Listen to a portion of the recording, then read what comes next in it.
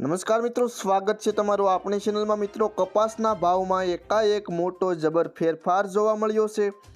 આજની તારીખના આજના તાજા ગુજરાતની તમામ માર્કેટિંગ યાર્ડના મણ દીઠ કપાસના ભાવ આપણે જોવાના છે। ક્યાં ક્યાં સુધારો થયો છે, આગળના દિવસોમાં કપાસના ભાવ વધશે કે કેમ, સંપૂર્ણ માહિતી મિત્રો આપણે આ વિડીયોની અંદર જોવાની છે। વિડીયોમાં આગળ વધતા પહેલાં ચેનલમાં તમે નવા હો તો નીચે આપેલા સબસ્ક્રાઇબ બટનને દબાવી ચેનલને સબસ્ક્રાઇબ કરી દેજો અને વિડીયોને લાઇક કરી વિડીયોની લિંક તમામ મિત્રો સુધી શેર કરજો।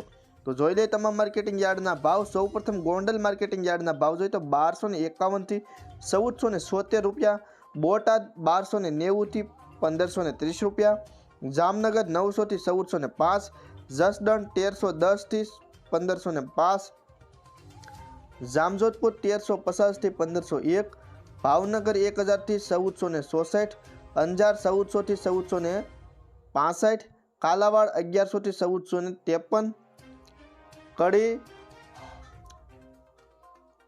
400 નહીં 800 થી 1400 રૂપિયા, હારીજ 1327 થી 1491, ઉનાવા 1100 થી 1541 રૂપિયા, વિસનગર 1200 થી 1541 રૂપિયા, કુકરવાડા 1400 થી 1490, વિજાપુર 1391 થી 1531, સાણસમાં 950 થી 1275, પાટણ 1100 થી 1530 રૂપિયા, ખેડબરમાં 1250 થી 1350, રાજકોટ 1330 થી 1482, ટિન્ટોય 1300 થી 1400, ધંધુકા 800 થી 1462, મોરબી 1321 થી 1461, સાવરકુંડલા 1380 થી 1480, બાબરા 1420 થી 1500, જેતપુર 1027 થી 1441, વડાલી 1350 થી 1551,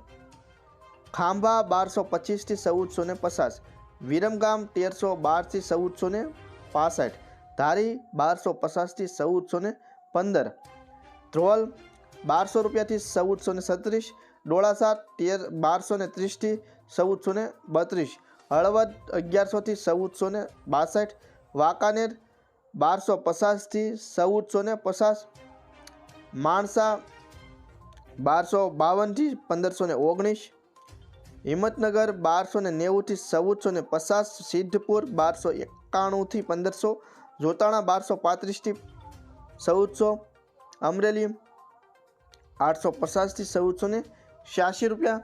તો હવે ખેડૂત મિત્રો, કપાસને રાખી મૂકવો કે વેચી દેવો એના વિશે વાત કરીએ તો છેલ્લા અઠવાડિયું કે આગળના 2 મહિનાની વાત કરીએ પણ કપાસના ભાવમાં કાંઈ મોટો જબર ફેરફાર જોવા મળ્યો નથી। માટે તમારે સ્વ રીતે કપાસને રાખવો કે વેચાણ કરી મૂકવું એનો નિર્ણય લઈ શકો છો।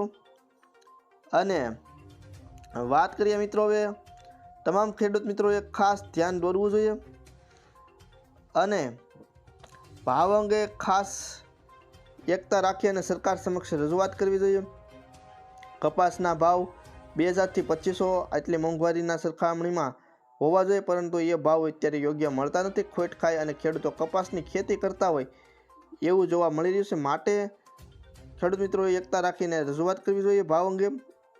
મગફળીમાં પણ યોગ્ય ભાવ આ વખતે ખેડૂતોને મળ્યા નહોતા। અને અત્યારે છેલ્લે વાત કરીએ ડુંગળીની, તો ડુંગળીના